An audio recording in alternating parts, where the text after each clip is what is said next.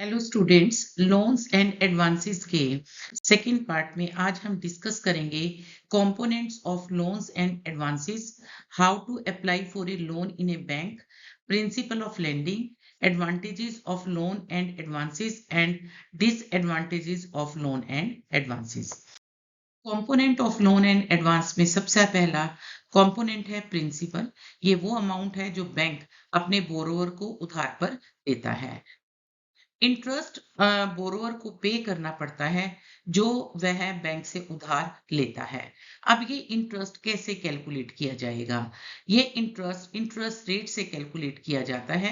Rate of interest वो rate होता है जिस पर हम इंटरेस्ट की कैलकुलेशन करते हैं। टर्म ऑफ लोन की यदि हम बात करें, क्योंकि हमें लोन डिफरेंट टाइम पीरियड के लिए मिलता है, तो यहाँ पर यह वो समय अवधि है जिसके लिए बैंक आपको लोन प्रोवाइड करता है और इस समय अवधि के पश्चात आपको अपने लोन जो है उसको क्लियर करना होता है। नेक्स्ट है हमारा पेमेंट ऑफ लोन। जनरली जो लोन है बोरोवर के द्वारा इंस्टॉलमेंट में पे किया जाता है और इंस्टॉलमेंट के लिए ईएमआई ऑप्शन आपको अवेलेबल होता है। जो ईएमआई है मंथली, क्वार्टरली या जिस तरह से भी आप अपनी ईएमआई बनवाना चाहते हैं, वो कैलकुलेट की जाती हैं बैंक के द्वारा और फिक्स कर दी जाती हैं।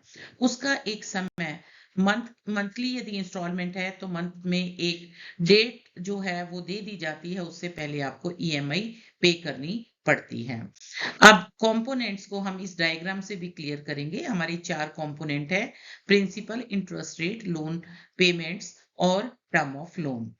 यदि प्रिंसिपल की बात करें तो ये वो अमाउंट होता है जो बोरोवर के द्वारा उधार पर बैंक से लिया जाता है।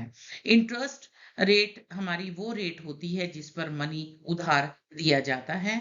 लोन पेमेंट जो है वो आपकी ईएमआई के थ्रू हर मंथ पे, वीक पे या क्वार्टर पर पे की जाती है। यदि हम टर्म ऑफ लोन की बात करें तो टाइम ड्यूरेशन जो होता है बोरोवर का, जिस पर उसे अपने पूरे लोन को खत्म करना होता है, रीपे करना होता है, उसे हम कहते हैं लोन की समय अवधि। कंपोनेंट के बाद अब बात करेंगे कि यदि आप लोन लेना चाहते हैं बैंक से तो कैसे अप्लाई करेंगे। तो सबसे पहले आपको अब चेक करना है कि आप उस लोन के लिए एलिजिबल हैं या नहीं। उसके बाद लोन के रेट जो हैं उनको कंपेयर करना है। प्रत्येक बैंक जो लोन देता है उसकी अपनी टर्म्स एंड कंडीशंस होती हैं। उनका जो रेट ऑफ इंटरेस्ट है वो पहले से फिक्स होता है, तो आपको अलग अलग बैंक से जो लोन अवेलेबल होगा उनके रेट को कंपेयर करना होता है। उसके बाद आप लोन के लिए अप्लाई करेंगे यदि आप एलिजिबल हैं और आपको लगता है कि ये बैंक हमें ज्यादा सही रेट पर लोन दे रहा है। उसके बाद आप उस बैंक से लोन अप्लाई करने की प्रोसीजर को स्टार्ट करेंगे। उसके बाद जब सब लोन जो है अप्लाई कर दिया जाता है, जो लोन एग्रीमेंट होगा बैंक और बोरोवर के बीच में उसे रिव्यू करना चाहिए। उसमें आपको उसकी टर्म एंड कंडीशन को ध्यानपूर्वक से समझ लेना चाहिए और जब आप लोन एग्रीमेंट को रिव्यू करके उसके ऊपर अपनी कंसेंट दे देते हैं, उसके बाद आपको फंड जो हैं रिसीव हो जाते हैं। स्टूडेंट्स, यदि हम लोन को अप्लाई करना चाहते हैं किसी बैंक में तो सबसे पहले हमें देखना है कि हम एलिजिबल हैं या नहीं। एलिजिबिलिटी के लिए आपको सिबिल स्कोर जो है उसको चेक करना होगा। Generally CIBIL score 3 digit number होता है जो 300 से 900 के बीच में वेरी करता है। ये सिबिल स्कोर यूज किया जाता है कस्टमर की क्रेडिट वर्दीनेस को असेस करने के लिए।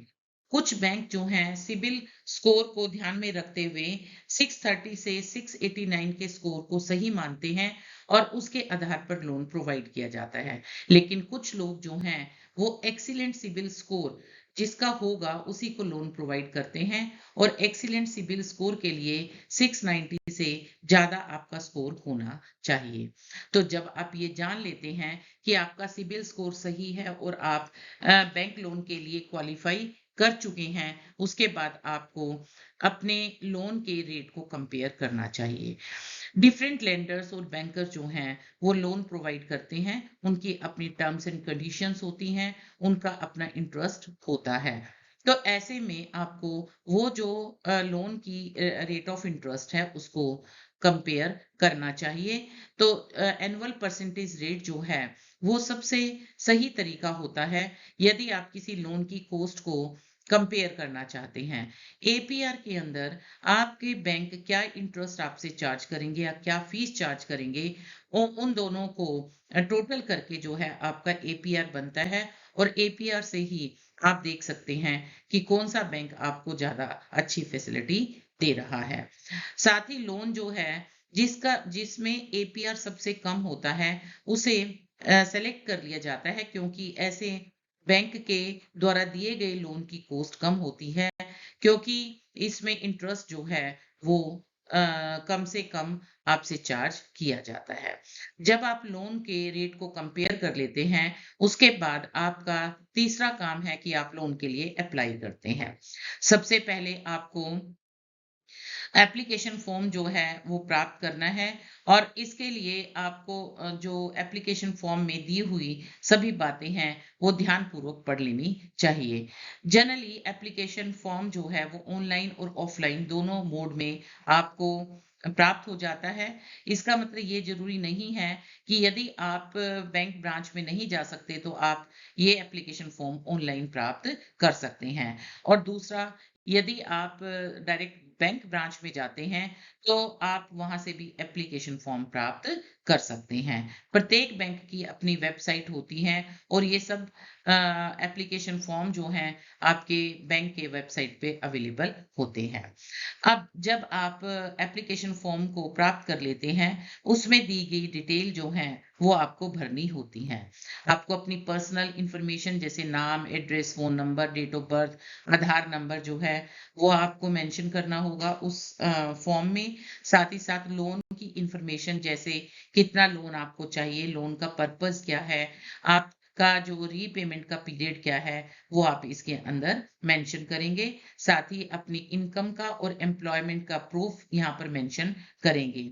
साथ ही जो यदि आपने किसी प्रकार का लोन पहले से लिया हुआ है उसे भी आपको यहाँ मेंशन करना होगा। साथ ही साथ यदि आप लोन के लिए कोई सिक्योरिटी प्रोवाइड करना चाहते हैं तो वो सिक्योरिटी जो है वो आपको यहाँ पर मेंशन करनी होगी। जब आप एप्लीकेशन बैंक के पास जमा करवा देते हैं, उसके बाद बैंक आपके क्रेडिट स्कोर को चेक करता है, साथ ही साथ एप्लीकेशन को भी रिव्यू करता है। और जब सभी तरह की फॉर्मेलिटीज कंप्लीट हो जाती है और आपके बैंक को ये लगता है कि आपके द्वारा दी गई सभी सूचना सही हैं, सत्य हैं, तो आप बैंक में लोन लेने के लिए एलिजिबल होते हैं, और आपको कंफर्मेशन बैंक से मिल जाती है कि आप बैंक लोन लेने के लिए एलिजिबल हैं। जब आप एप्लीकेशन फॉर्म भर देते हैं और बैंक से आपको कंफर्मेशन मिल जाती है, फिर आपका चौथा काम है, आप लोन एग्रीमेंट को रिव्यू करेंगे। जब आप लोन एग्रीमेंट ले लेते हैं, प्राप्त कर लेते हैं, क्योंकि बैंक ने आपको लोन अप्रूव कर दिया है, तो आपको लोन एग्रीमेंट पे साइन करने होते हैं। चाहे तो ये जो लोन एग्रीमेंट है यदि आप ऑनलाइन करते हैं तो आपको इलेक्ट्रॉनिकली उसके ऊपर अपने सिग्नेचर करने होते हैं, और अदरवाइज यदि ऑफलाइन मोड पर आप लोन एग्रीमेंट को साइन करना चाहते हैं तो फिजिकली वो आप सिग्नेचर करते हैं। लेकिन लोन के एग्रीमेंट को साइन करने से पहले आपको लोन एग्रीमेंट में दी हुई सभी बातें ध्यान पूर्वक पढ़ लेनी चाहिए, समझ लेनी चाहिए। जैसे आपका लोन का अमाउंट, पे बैक पीरियड, एपीआर और मंथली पेमेंट जो है, जो आपने अपने एप्लीकेशन फॉर्म में भरी थी, क्या उसी के अनुसार आपका एग्रीमेंट तैयार किया गया है। और आप ये जरूर चेक करेंगे अपने एग्रीमेंट में क्या कोई हिडन चार्जेस जो है बैंक आपसे ले तो नहीं रहा। ये सब चेक करने के बाद आप एग्रीमेंट को साइन करते हैं। उसके बाद लास्ट काम है आपका रिसीव योर फंड्स। जो लोन आप बैंक से प्राप्त करना चाहते हैं, जब आप ये सब तरह के प्रोसीजर को पूरा कर लेते हैं, उसके बाद आप मनी को रिसीव करते हैं लम सम में, जो कि लोन एग्रीमेंट के साइन करने के 1 हफ्ते के अंदर आपको मिल जाता है। मनी जो है वो चेक के थ्रू भी आपको दिया जा सकता है और डायरेक्टली आपके बैंक अकाउंट में भी बैंक के द्वारा दे दिया जाता है। अब जब आप फंड को रिसीव कर लेते हैं, तो आपको इसके पेमेंट करने के लिए अपनी स्ट्रेटेजी जो है वो बना लेनी चाहिए। आपको कुछ बैंक्स तो ये ऑप्शन देते हैं कि आपकी जो पेमेंट है आपके बैंक अकाउंट से ऑटोमेटिकली जो है वो कट जाएगी, यानी आप स्टैंडिंग इंस्ट्रक्शन देते हैं अपने बैंक को जिसमें आपका अकाउंट होता है कि आपकी जो इंस्टॉलमेंट है वो अपने आप जो है काट दी जाए, उस बैंक को जहां से लोन लिया है पे कर दी जाए। तो इस तरह से आपको अपनी स्ट्रेटेजी जो है उसकी रीपेमेंट के लिए करनी चाहिए, ताकि आप कभी भूल जाएं तो आप अपने बैंक को डायरेक्शन दे सकते हैं कि वो डायरेक्टली आपके एक समय के बाद लोन की किश्त को काट लें। बैंक जो है उधार देते समय, लोन और एडवांस ग्रांट करते समय कुछ प्रिंसिपल को ध्यान में रखेगा। वो सिद्धांत है, सबसे पहला प्रिंसिपल ऑफ सेफ्टी। सबसे पहले बैंक जो है उसे लोन प्रोवाइड करते समय ये ध्यान में रखना चाहिए कि वो जिसको लोन दे रहा है वह व्यक्ति सही समय पर उसके इंटरेस्ट और जो मनी उसने प्रोवाइड किया है बोरोवर को वो रीपे कर देगा या नहीं। जब ये सब बातें वो देखेगा, उस समय पर उसे 2 फैक्टर्स ध्यान में रखने होंगे। एक है कि बोरोवर की कैपेसिटी पेमेंट करने की है या नहीं, और बोरोवर जो है वो विलिंग है पे करने के लिए या नहीं। ये सब चीजें आपको पुरानी सिबिल हिस्ट्री से पता चलेगी कि जो बोरोवर है उसका पास्ट में जो रीपेमेंट का क्या स्ट्रक्चर रहा है, वो रीपे सही समय पर अपने लोन को कर रहा था या नहीं कर रहा था। तो सिबिल स्कोर जो है उससे आप ये ध्यान में रखकर अपनी सेफ्टी जो है उसको इंश्योर कर सकते हैं। प्रिंसिपल ऑफ लिक्विडिटी की जहां तक बात है, आपको पता है कि बैंक के प्राइमरी फंक्शन होते हैं डिपॉजिट को एक्सेप्ट करना और लेंड दी मनी। तो यहाँ पर जो डिपॉजिट आपके पास आ रहे हैं, वो डिपॉजिटर्स कभी भी अपने पैसे को बैंक से विड्रॉ कर सकते हैं, क्योंकि वो उनका पैसा है और जो बैंक में जमा कराया हुआ है। तो बैंक को ये इंश्योर करना है कि उसके पास इतने सफिशिएंट फंड होने चाहिए कि यदि डिपॉजिटर अपने मनी को विड्रॉ करना चाहे तो आपके पास इतना पैसा होना चाहिए। प्रिंसिपल ऑफ प्रॉफिटेबिलिटी की यदि बात करें कि जनरली बिजनेस जो एक्टिविटीज होती हैं वो इस तरह से परफॉर्म की जाती हैं कि बैंक को लाभ हो। लाभ इसलिए चाहिए क्योंकि आप अपने जो फंड की कॉस्ट है या जो एडमिनिस्ट्रेशन और रिस्क कॉस्ट है उसको रिकवर करना चाहते हैं, तो आपके पास इतना सफिशिएंट प्रॉफिट होना चाहिए। जनरली बैंक जो है डिपॉजिटर को कम रेट पर इंटरेस्ट प्रोवाइड करता है और लोन जो है वो हायर रेट पर प्रोवाइड किए जाते हैं बोरोवर को, तो चार्ज किए जाते हैं बोरोवर से। तो इन दोनों का जो अंतर होता है वो आपका प्रॉफिट कंसिडर किया जाता है। फोर्थ प्रिंसिपल है प्रिंसिपल ऑफ रिस्क डाइवर्जन। देखिए, जो डिपॉजिट किया हुआ मनी है उसके बाद बैंक उसे इन्वेस्ट करना चाहता है डिफरेंट सिक्योरिटीज में, तो बैंक के पास एक अच्छा इन्वेस्टमेंट पोर्टफोलियो होना चाहिए ताकि वो अपने रिस्क को डाइवर्स कर सके। जो प्रिंसिपल ऑफ रिस्क डाइवर्जन है, उसमें आप इन्वेस्टमेंट पोर्टफोलियो को डिसाइड करेंगे कि कहाँ कहाँ पर आपको पैसा इन्वेस्ट करना चाहिए। इन्वेस्टमेंट पोर्टफोलियो को बनाते समय आपको ध्यान में रखना चाहिए कि आप डिफरेंट टाइप की सिक्योरिटी में पैसा इन्वेस्ट करेंगे बजाय कि किसी एक पर्टिकुलर सिक्योरिटी में। जब आप डिफरेंट सिक्योरिटी का चुनाव करते हैं तो ऐसे में रिस्क जो है वो कॉम्पनसेट हो जाता है। तो ऐसे में बैंक जो है वो डिफरेंट टाइप के एंटरप्राइजेस को, सेक्टर्स को और ट्रेडर्स को लोन जो है प्रोवाइड करता है ताकि रिस्क जो है वो डाइवर्ट किया जा सके। प्रिंसिपल ऑफ ऑब्जेक्टिविटी की बात यदि हम करें तो आप जब बैंक लोन ग्रांट करता है तो उसके पर्पस और उसके रीजन को चेक करना चाहिए। लोन जो है वो प्रोडक्टिव पर्पस के लिए ही देना चाहिए, जिससे आपको लगता है कि लोन जो है वो आपको रीपे किया जा सकता है, जैसे मशीनरी प्लांट को परचेज करने के लिए या आपके बिजनेस की वर्किंग कैपिटल रिक्वायरमेंट जो होती है उसके लिए आप फंड प्रोवाइड करेंगे, जिससे क्या होगा, इनकम जनरेट होगी और आपका रीपेमेंट ऑफ लोन जो है वो आप इंश्योर कर सकते हैं। बैंक क्रेडिट जो है वो is regarded as a scarce resource that must be used with caution. तो आपका जो बैंक क्रेडिट है उसे ध्यानपूर्वक आपको प्रोवाइड करना चाहिए अपने कस्टमर को। आपको बैंक को जो है अनप्रोडक्टिव पर्पस के लिए या स्पेकुलेशन के लिए लोन या जो एडवांस हैं या क्रेडिट हैं उन्हें एनकरेज नहीं करना चाहिए। सिर्फ प्रोडक्टिव पर्पस के लिए ही आपको लोन और एडवांस प्रोवाइड करने चाहिए अपने कस्टमर। नेक्स्ट प्रिंसिपल है प्रिंसिपल ऑफ सिक्योरिटी। जब भी बैंक लोन प्रोवाइड करता है तो उसे सिक्योरिटी इंश्योर कर लेनी चाहिए कि उसका पैसा सिक्योर है और वो रिफंड या रीपे कर दिया जाएगा बोरोवर के द्वारा। जब भी आप कोई अनसिक्योर्ड लोन देते हैं बोरोवर को, तो उस समय पर आपको प्रिकॉशंस लेनी चाहिए। आपको देखना चाहिए कि आपका बोरोवर जो है उसकी रीपेमेंट की कैपेसिटी है या नहीं, क्योंकि आपके अनसिक्योर्ड लोन जो हैं वो लोन होते हैं जिसके अगेंस्ट कोई भी सिक्योरिटी जो है वो प्लेज या जो मोर्गेज नहीं की हुई है। तो ऐसे समय पर आपको अपने बोरर की कैपेसिटी और उसकी विलिंगनेस टू पे जो है उसको स्टडी करना चाहिए।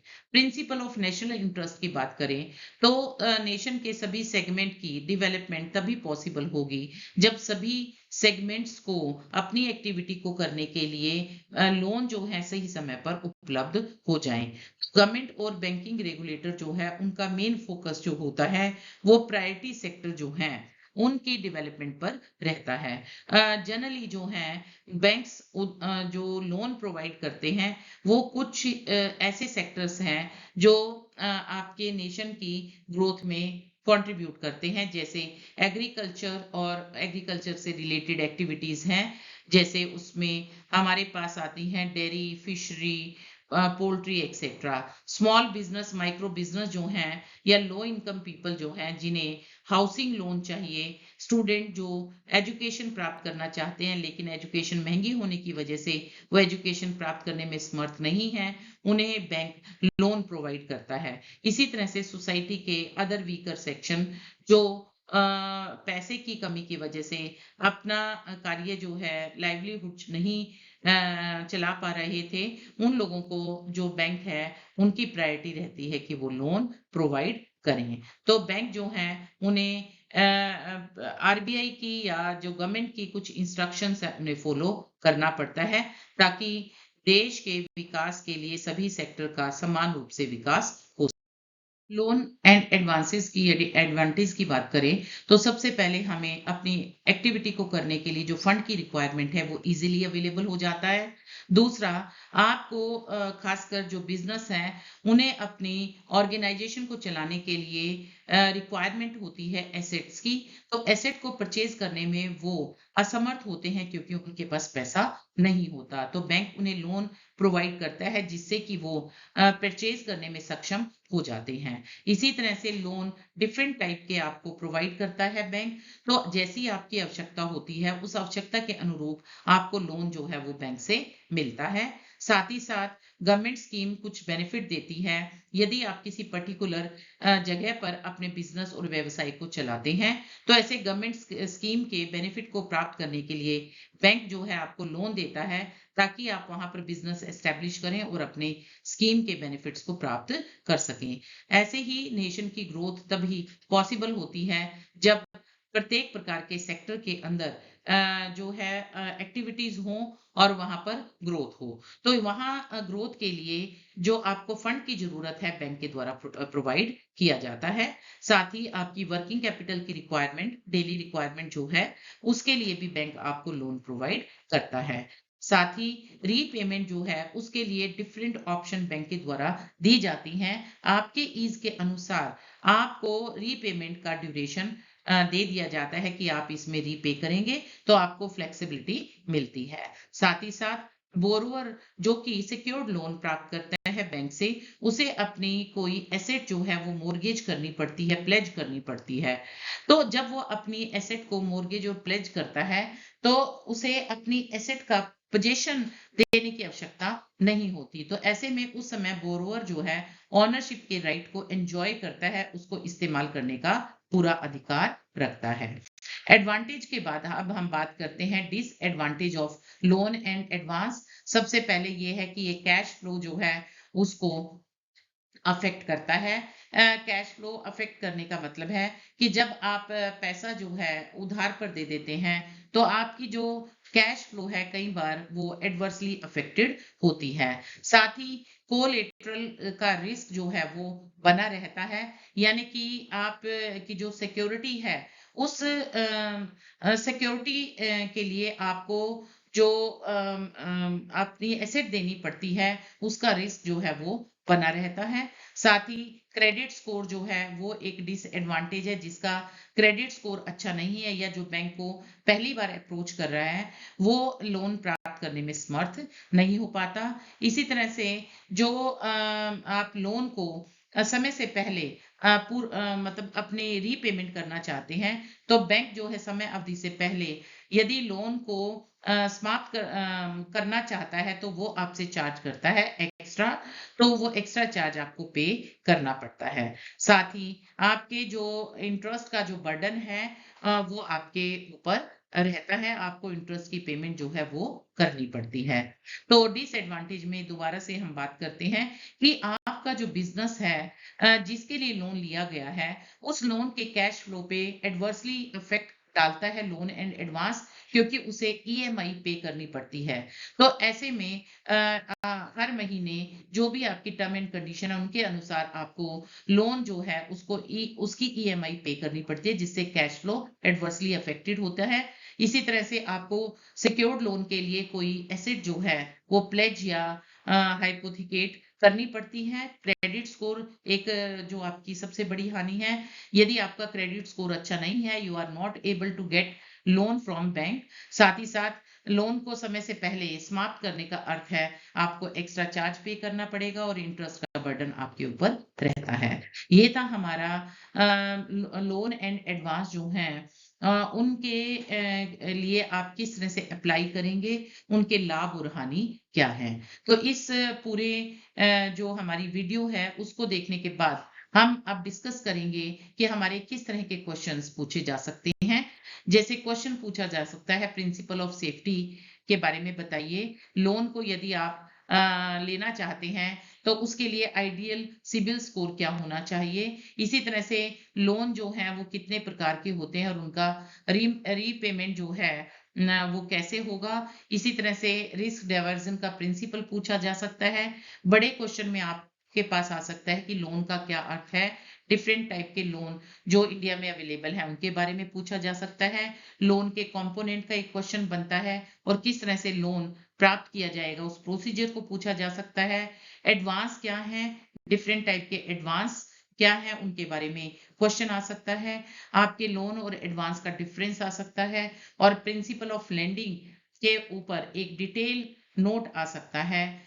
और ये भी क्वेश्चन आ सकता है कि हाँ, इसको किसी और तरीके से यदि कहें तो लोन को ग्रांट करते समय बैंक को किन सिद्धांतों का पालन करना चाहिए, वो क्वेश्चन आपके सामने आ सकता है। और एडवांटेज और डिसएडवांटेज लोन एंड एडवांस के वो आपसे पूछे जा सकते हैं। स्टूडेंट्स, इस वीडियो से मुझे आशा है कि आपको जो कॉन्सेप्ट हमने इसमें पढ़े हैं वो क्लियर हो गए हैं।